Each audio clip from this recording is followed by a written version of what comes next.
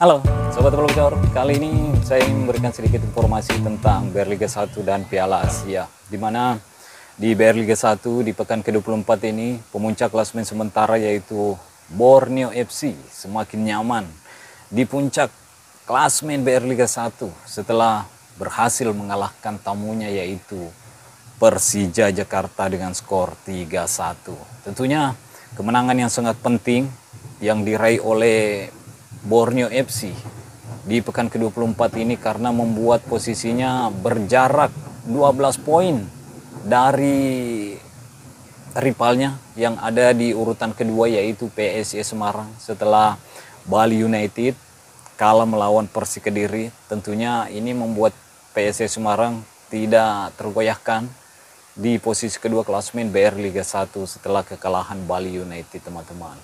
Begitupun dengan Persib Bandung. Persib Bandung ya masih berada di urutan ketiga setelah kekalahan Bali United juga atas Persik Kediri, sehingga membuat persaingan di 4 besar BR Liga 1 musim ini semakin ketat.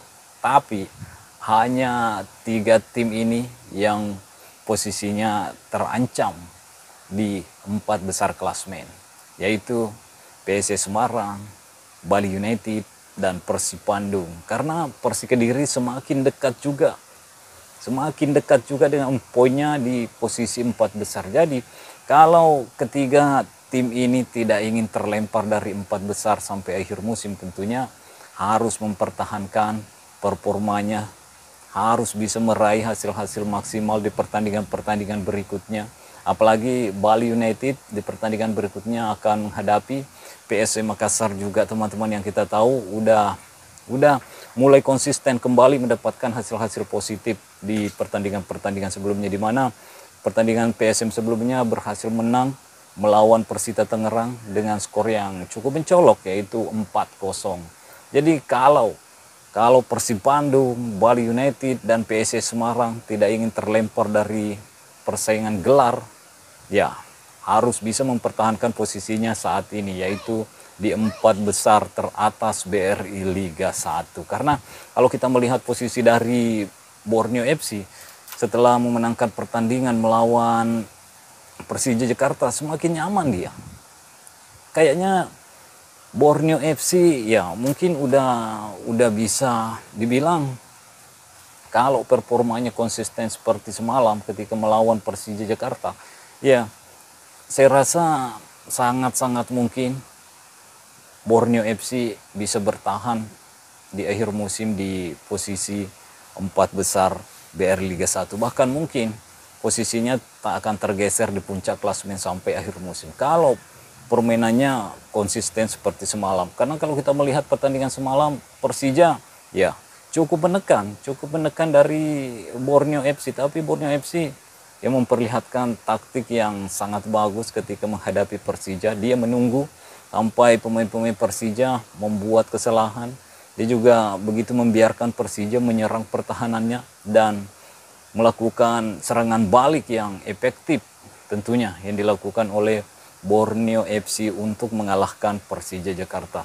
Tapi secara overall Persija juga mainnya bagus, namun ya lini depan lagi-lagi menurut saya lini depan dari Persija Jakarta masih perlu diperbaiki oleh Thomas Doll jika ingin mengejar posisi 4 besar sampai akhir musim. Meskipun kalau kita melihat ya Thomas Doll juga menganggap bahwa Persija sangat sulit untuk masuk ke 4 besar sampai akhir musim. Tapi kita lihat aja, karena seperti yang selalu saya bilang di dalam sepak bola, tidak ada yang tidak mungkin. Mungkin Persija Jakarta pertandingan kemarin kurang beruntun karena kalah melawan sang pemuncak klasemen dari Borneo FC.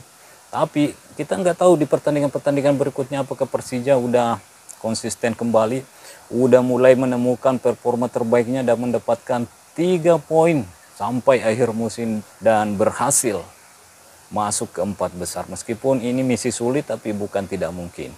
Dan ini adalah hasil klasemen sementara BR Liga 1 sampai pekan ke-24 ini, teman-teman. Saya akan membacakannya, yaitu Borneo FC dengan poin 54 poin, PSIS Semarang dengan poin 42 poin, Ketiga ada Persib Bandung 41 poin. Keempat ada Bali United yang saya bilang di awal video kalah melawan Persik Kediri, dan tentunya Persik Kediri di urutan kelima semakin dekat ke 4 besar dengan poinnya 37 poin, berjarak 4 poin dari Bali United, dan Persib Bandung berjarak 5 poin dari PSIS Semarang yang mengoleksi poin 42. Makanya itu yang saya bilang tadi, bahwa kalau ketiga tim ini tidak ingin terlempar dari 4 besar, ya harus bisa mempertahankan performanya dan meraih hasil-hasil maksimal di pertandingan-pertandingan berikutnya jika tidak ingin terlempar dari 4 besar. Karena sangat rawan ini ketiga tim ini di 4 besar. Sementara di posisi ke-6 ada Madura United juga yang mengoleksi poin 36 poin. Ke-7 ada Barito Putra. Ke-8 ada Rans yang kemarin juga bermain imbang melawan Madura United. Di posisi ke-9 ada Persija Jakarta, di posisi ke-10 ada PSM Makassar dengan 32 poin, Persija 32 poin, Rans 33 poin. Dan di zona degradasi di dasar klasemen masih dihuni oleh Bayangkara, Persikabo, dan Arema FC, teman-teman. Jadi gimana menurut kalian tentang persaingan 4 besar BR Liga 1 di musim ini? Apakah Persib Bandung, PSS Semarang, Bali United mampu bertahan di 4 besar sampai akhir musim, atau akan ada tim-tim yang menggantikan posisinya saat ini di 4 besar klasemen BR Liga 1? Kita akan menunggu sampai akhir musim, teman-teman.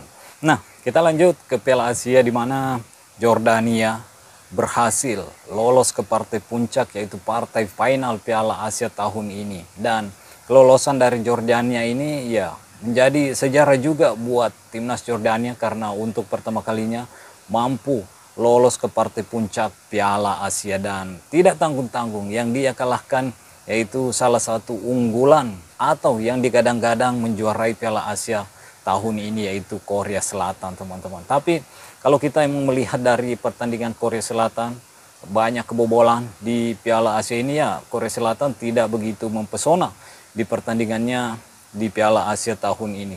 Kebobolan 10 gol. Di pertandingan perdananya melawan timnas Bahrain, Korea Selatan juga kebobolan 1 gol. Di pertandingan kedua melawan timnas Jordania, kebobolan 2 gol. Di pertandingan ketiganya melawan Malaysia, kebobolan 3 gol. Dan melawan Arab Saudi di babak 16 besar, kebobolan juga, dan Korea Selatan menang dengan adu penalti.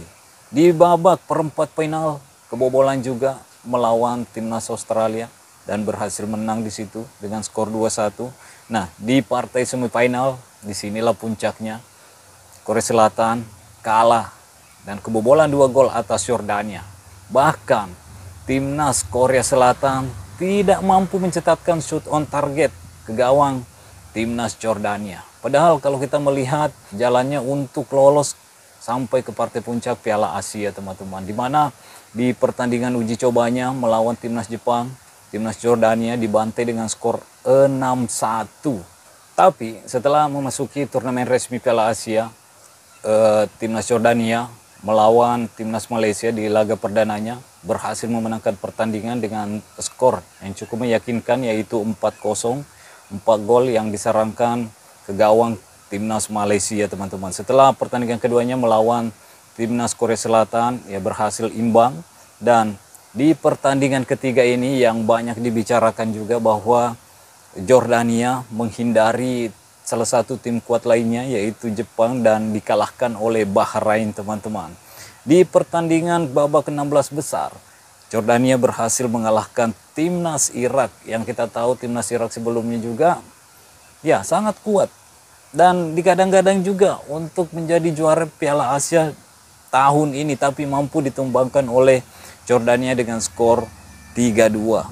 Di partai perempat final, Jordania berhasil mengalahkan timnas Tajikistan, dan di partai semifinal ya inilah melawan tim kuat yaitu Korea Selatan. Ya kalau dibilang tim kuat Korea Selatan di musim ini emang kuat, tapi secara persentasenya kebobolannya cukup banyak, yaitu 10 gol, yaitu menandakan Korea Selatan ada masalah terhadap lini belakangnya di turnamen Piala Asia ini. Ya, selamat untuk Jordania yang berhasil lolos melaju ke partai final dan tentunya akan menunggu pemenang antara timnas Qatar dan timnas Iran, teman-teman. Apakah kampanye dari Jordania di Piala Asia ini mampu berlanjut sampai mengangkat Piala Asia di musim ini atau di tahun ini? Ya, tentunya kita akan melihat, karena saya melihat di dua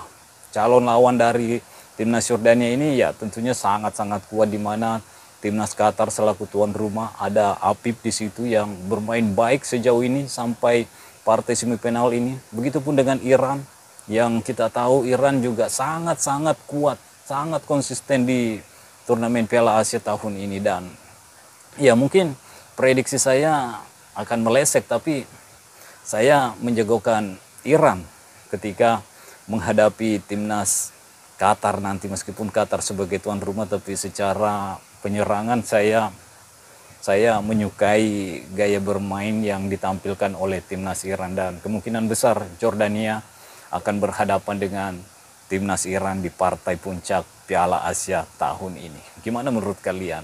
Dan siapa kira-kira yang akan memenangkan Piala Asia tahun ini? Silahkan prediksi kalian di kolom komentar. Oke? Mungkin sampai di sini dulu. Stay healthy, no baper-baper. Bye-bye.